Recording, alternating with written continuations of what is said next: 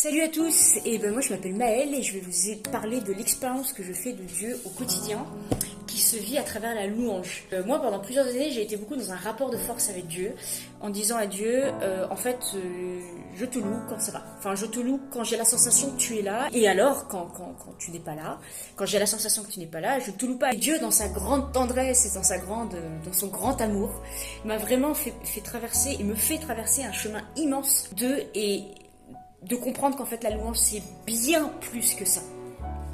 Parce que la louange, ce que j'ai compris, elle est complètement indépendante de ce qu'on vit. Louer Dieu, en fait, c'est le louer pour ce qu'il est, c'est l'aimer pour ce qu'il est et pas pour ce qu'il fait ou ce qu'il nous donne. Il y a quelque chose d'extrêmement gratuit dans la louange.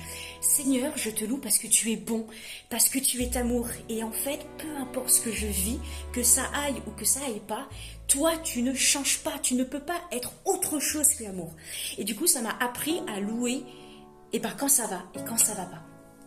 Et notamment dans les moments difficiles, et là il y a pas longtemps je l'ai encore expérimenté où je louais et vraiment c'était très très dur intérieurement, avec des événements personnels qui étaient très durs et pendant ce moment de louange, mais ma situation n'a pas changé, mais d'avoir expérimenté en fait ouais Dieu tu es là, tu restes bon, tu es amour et que cette situation que je vis c'est encore une occasion de m'abandonner dans tes bras. L'issue ne sera pas forcément ce que je veux, mais dans tous les cas, tu vas faire du bon de ce qui va se vivre.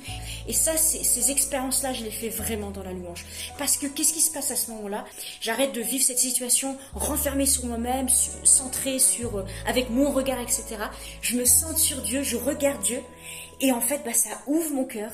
Et quand le cœur est ouvert et quand on est décentré de nous-mêmes, Dieu a la place de pouvoir parler. Et quand Dieu a la place, il peut être Dieu dans nos vies.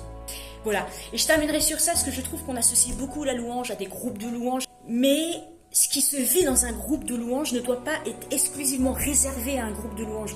Ce qui se vit dans un groupe de louanges, en fait, c'est ce qui devrait se vivre au quotidien, parce que la louange, c'est avant tout une décision de vie, c'est avant tout un style de vie. Et puis, qu'on se le rappelle aussi, c'est ce qu'on vivra aussi à toute l'éternité. On va louer Dieu toute l'éternité, alors autant commencer ici-bas.